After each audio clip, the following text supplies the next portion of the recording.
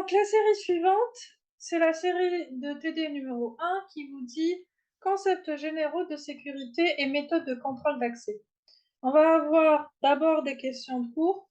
Alors, on en a parlé déjà en cours, donc on les a fait ce matin.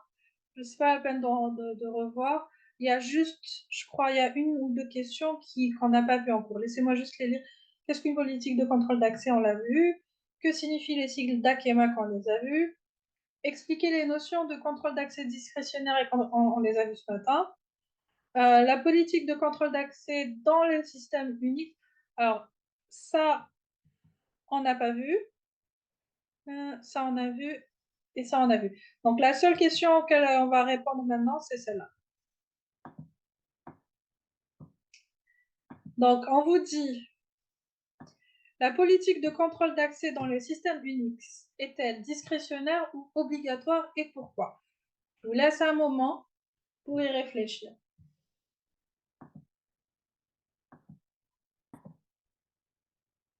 Alors, qui veut répondre? La politique de contrôle d'accès dans les systèmes Unix est-elle discrétionnaire ou obligatoire et argumentée? Et Yanné, pourquoi?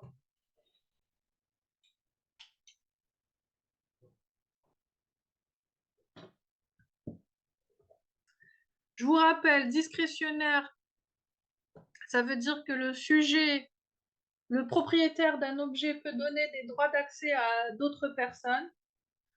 Obligatoire, le propriétaire d'un objet ne peut pas donner des droits d'accès à quelqu'un d'autre. C'est le système qui oblige, qui gère ça grâce à des règles.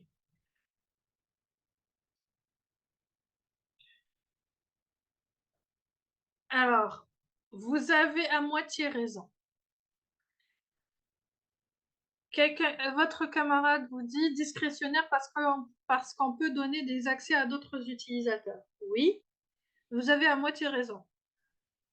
En fait, c'est un... تنضمي من داك Oui, allez-y. نخدمو اوبليغاتوار ما ندوش ليه لاكسي. Voilà.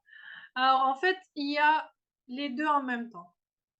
Vous allez avoir un mix, une hybridation entre le discrétionnaire et l'obligatoire. Il y a des parties qui sont discrétionnaires, où un utilisateur peut donner des droits d'accès à des objets qu'il a créés. Et il y a une autre partie qui est obligatoire. Par exemple, pour tout élément auquel vous voulez, si vous voulez tout ce qui est système, il n'y a que si vous êtes root, entre guillemets, que vous pouvez accéder, par exemple, à certaines parties du système, par exemple.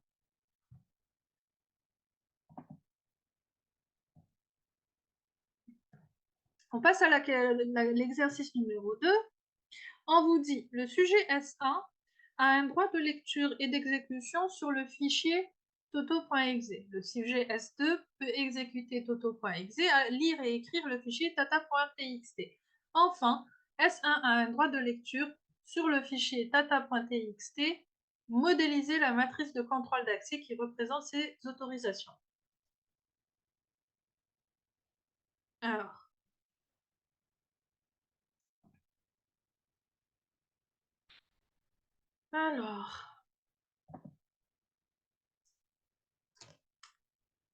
on vous dit S1 a le droit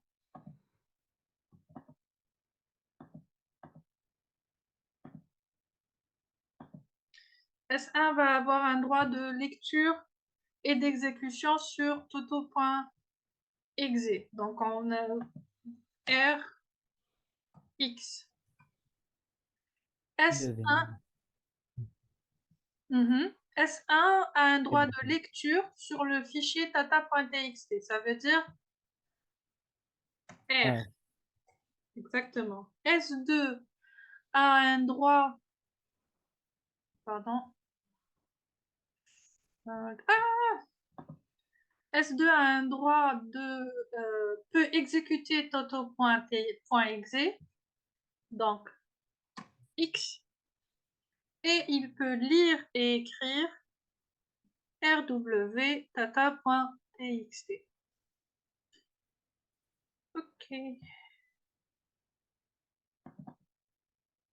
C'est exactement ça. Donc, on passe à l'exercice 3. L'exercice 3, on vous dit, on considère un treillis de label de confidentialité construit à partir de 4 niveaux de sécurité. Top secret, secret, confidentiel, non confidentiel. Alors, top secret domine secret, secret domine confidentiel, confidentiel domine non confidentiel. Et 3 catégories de sécurité, A, B et C. Dans les exemples ci-dessous, spécifiez quels sont les modes d'accès, observation, yani lecture, si vous préférez, et altération, yani écriture. Et là, je parle de écriture seule, hein, je ne parle pas d'écriture, lecture en même temps. Donc, observation, lecture et altération, écriture. Parmi permis, quels sont les modes d'accès permis suivant le modèle de Bell-LaPadula? On suppose que le contrôle d'accès discrétionnaire ne refuse pas l'accès. En d'autres termes, ce que le modèle Bell-LaPadula dit, c'est ce qui va être appliqué. Il n'y a rien d'autre qui va... Si c'est autorisé par le modèle Bell-LaPadula, alors l'accès est autorisé. Alors, je vais faire le premier et après, je vous laisse faire les suivants. Donc, le premier, on vous dit...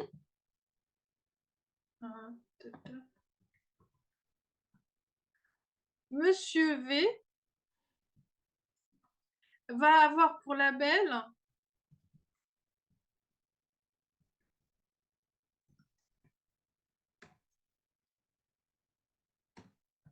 top secret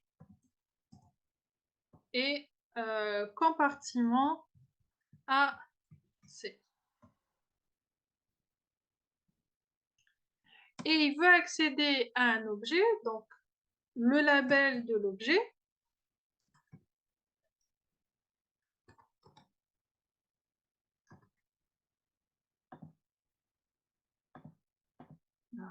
Le label de l'objet, c'est égal à secret, donc S, et son compartiment BC.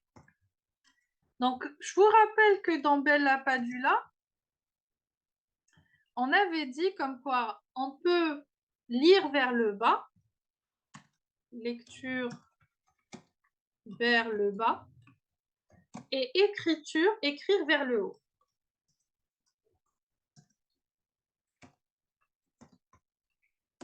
Donc, on doit comparer les différents éléments. On va comparer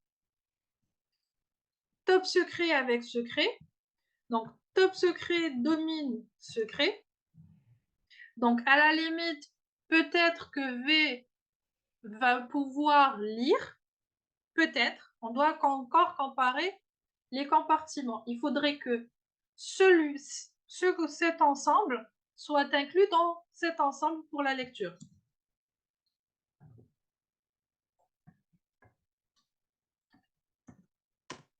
Et sauf que l'ensemble qui va avoir pour éléments les éléments B et C ne sont pas inclus. Alors, on va devoir chercher où se trouve l'inclusion.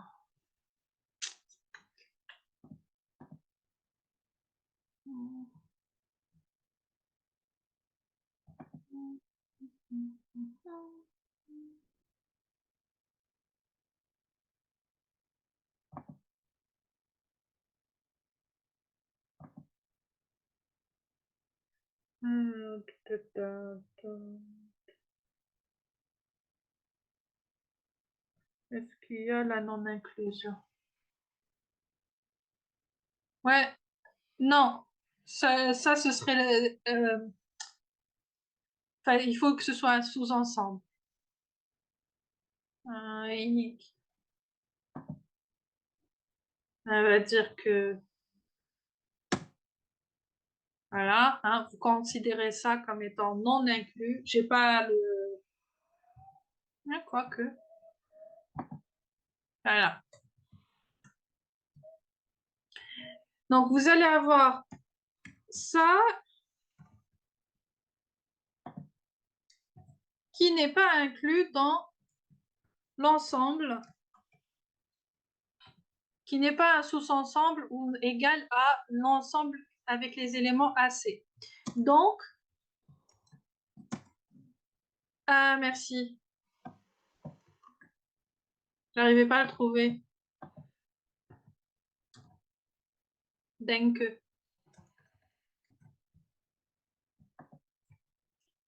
Des fois, je sais pas si je voyais pas. Mais enfin bref, on s'en fout.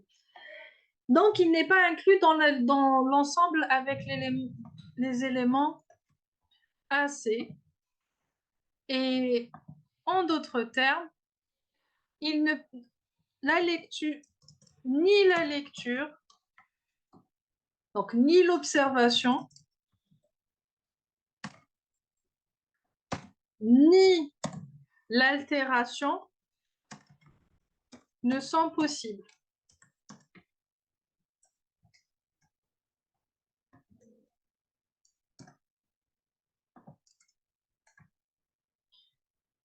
Donc, on va avoir, d'un côté, on a lecture possible, de l'autre côté, on a lecture et écriture non possible. Et donc, on va prendre l'intersection entre les deux, c'est que Monsieur V ne peut rien faire. Vous avez compris?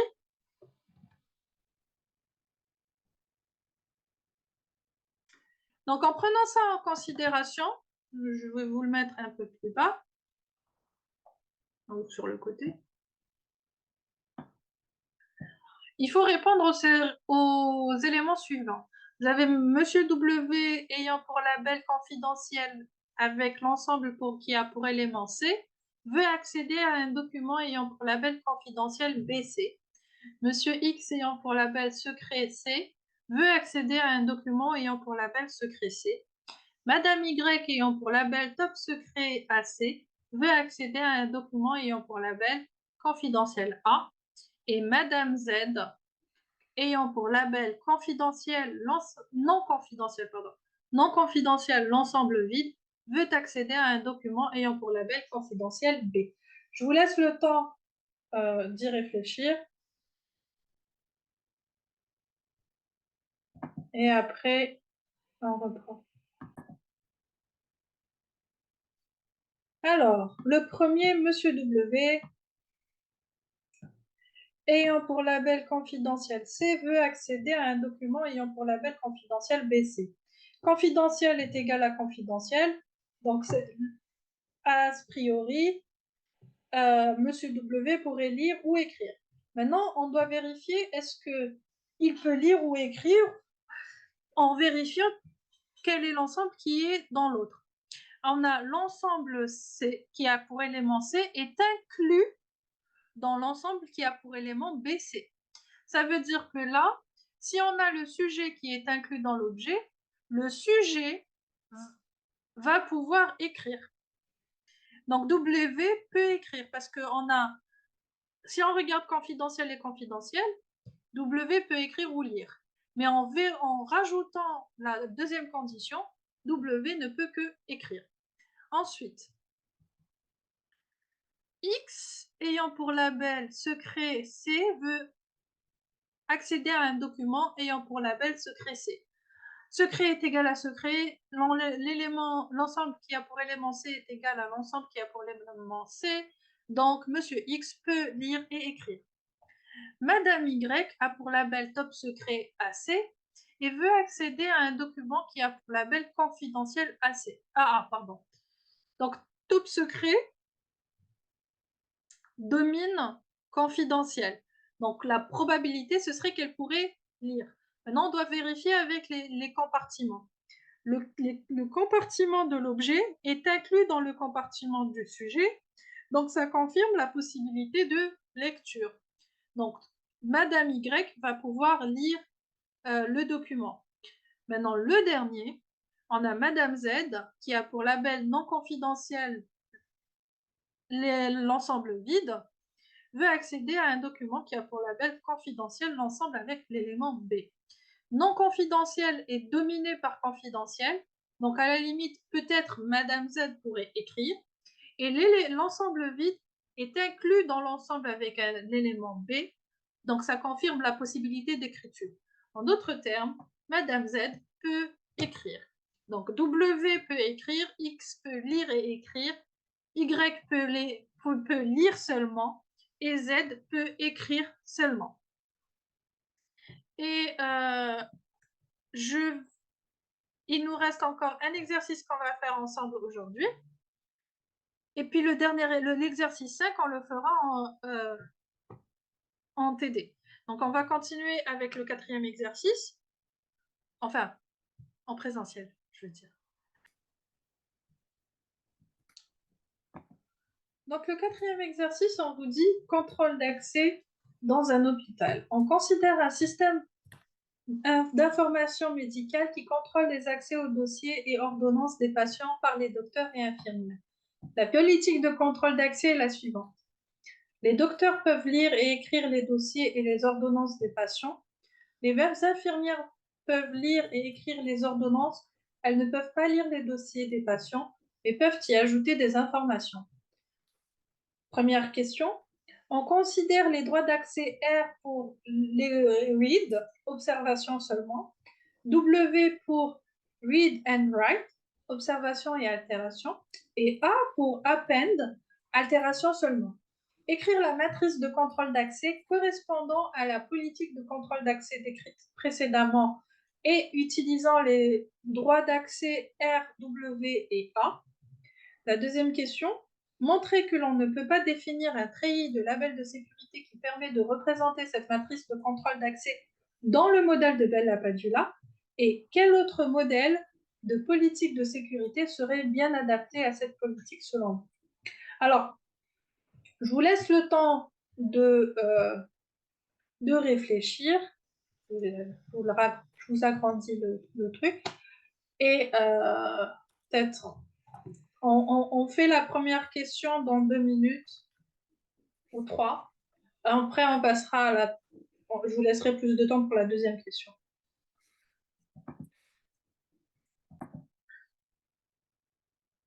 On vous dit, les docteurs peuvent lire et écrire les dossiers.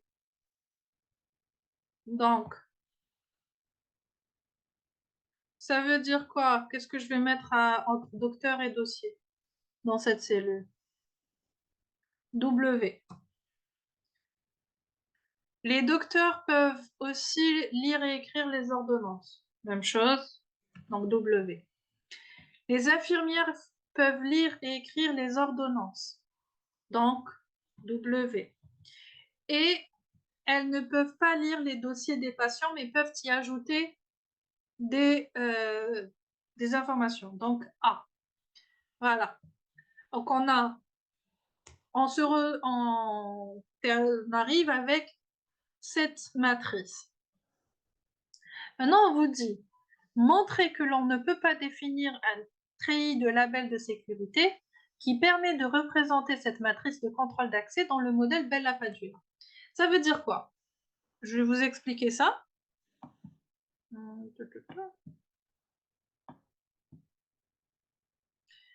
Donc, ça voudrait dire, on vous a dit que dans Bell-LaPadula, enfin dans un modèle Mac, chaque sujet et chaque objet va avoir un label.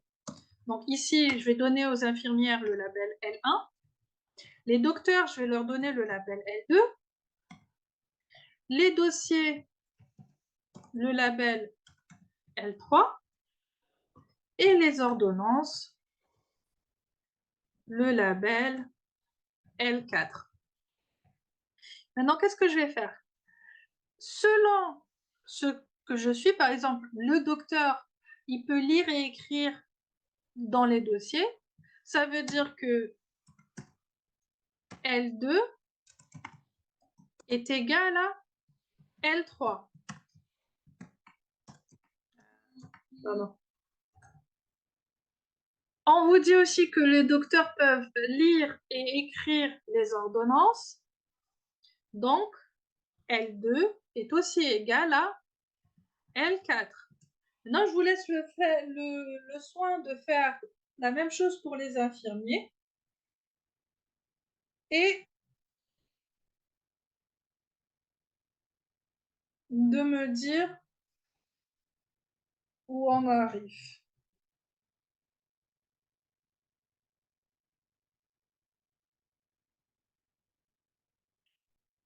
Donc, on va avoir L1 est égal à L4, oui. Et on a aussi L1. Alors, les infirmiers ou infirmières peuvent peuvent ajouter des informations dans les dossiers. Donc, ils peuvent écrire. On sait que dans Bella Padula, l'écriture, elle se fait vers le haut. Ça veut dire que L3 domine L1. Ça veut dire que vous allez avoir d'un côté L1 est égal à L4 et L4 est égal à L2 qui est égal à L3. Donc L1 est égal à L3 et en même temps, L1 est strictement dominé par L3. En d'autres termes, on se retrouve avec quoi? Une... Comment ça s'appelle? Ah, j'ai oublié le mot. Mince. Contradiction. Contradiction. Merci. Exactement. Donc, on se retrouve avec une contradiction. D'un côté, on a L1 est dominé par L3 et en même temps, L1 est égal à L3. Et donc là, on se retrouve avec une contradiction. D'où on ne peut pas, donc c'est ce qu'il fallait démontrer, donc on ne peut pas définir un treillis de label de sécurité qui permet de représenter cette matrice de contrôle d'accès dans le modèle Bell-LaPadula. Dans la dernière question de cet exercice, on vous dit quel autre modèle de politique de sécurité serait bien adapté à cette politique selon vous? Réfléchissez un peu.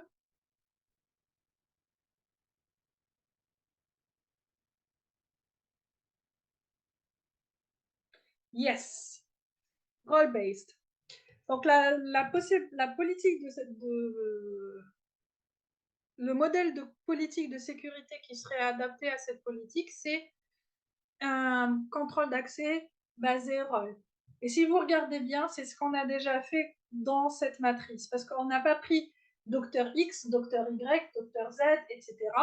Et infirmier 1, infirmier 1, infirmière 2, infirmier 3, on a directement pris le rôle infirmier et le rôle donc médecin. Voilà. Donc, l'autre modèle de politique de sécurité qui serait bien adapté à notre problématique, c'est une politique de sécurité basée sur les rôles, de contrôle d'accès basé sur les rôles. Maintenant, le dernier exercice, alors je vais vous le donner à préparer pour t'aider de cette semaine. Donc lundi, je crois que j'ai 2 groupes lundi et un groupe jeudi. Je vais vous envoyer la série avec votre délégué. Alors, dans cet exercice, vous allez voir que cet exercice, il a 5 questions, mais on va s'arrêter à la question C. Hein. Donc, on ne va pas faire les 2 dernières questions. Donc, on vous dit, le système Unix Data General B2, DGUX B2, fournit un contrôle d'accès obligatoire MAC basé sur un modèle multiniveau. Ce contrôle utilise des labels de sécurité qui correspondent à des zones distinctes, détaillées sur le schéma 1. Vous allez avoir la zone administrative, qui est celle-là, celle qui est complètement en haut, et dédiée aux données telles que les logs, la définition des labels MAC. Ensuite, on a les programmes systèmes sont situés dans la zone Virus Prevention Region, donc dans la zone qui est plus bas. Si vous regardez ici dans le schéma, les labels de sécurité, ils vont ça vers le haut. Ça veut dire que celui-là est dominé par celui-là, qui est dominé par celui-là, qui est dominé par celui-là, et ainsi de suite. OK? Ensuite, on vous dit le contrôle d'accès du système obéit aux règles simples et de confinement. ou propriété étoile du modèle de Bell-LaPadula, auquel on va ajouter une troisième règle qui va être discutée dans la question C. Donc, les sujets considérés sont les utilisateurs et les processus. Les habilitations sont fixées de la manière suivante. Le label initial est affecté à un utilisateur et conservé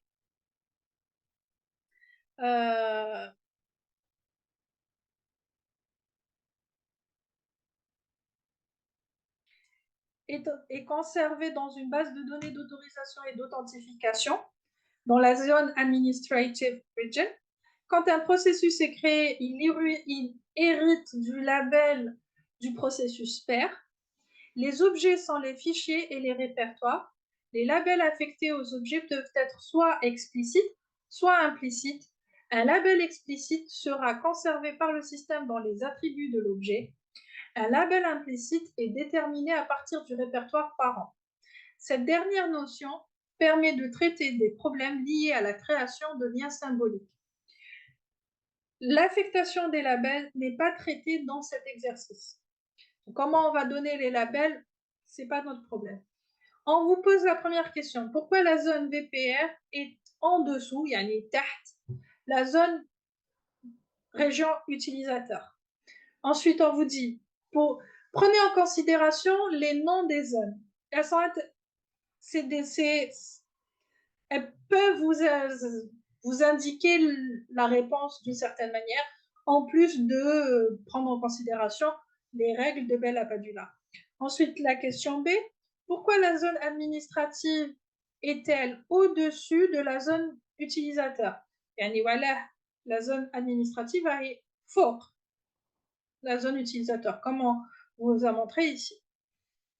Et la dernière question, le système DGUXB2 considère une contrainte supplémentaire pour le contrôle MAC. Cette contrainte est la suivante. Un sujet ayant un label L1 ne peut pas écrire dans un objet ayant un label L2, tel que L2 domine strictement L1. Pourquoi, à votre avis? Donc, tout ça, je vous demanderai de le préparer pour lundi ou jeudi, selon le groupe dans lequel vous êtes. Par la même occasion, donc je vais vous envoyer ça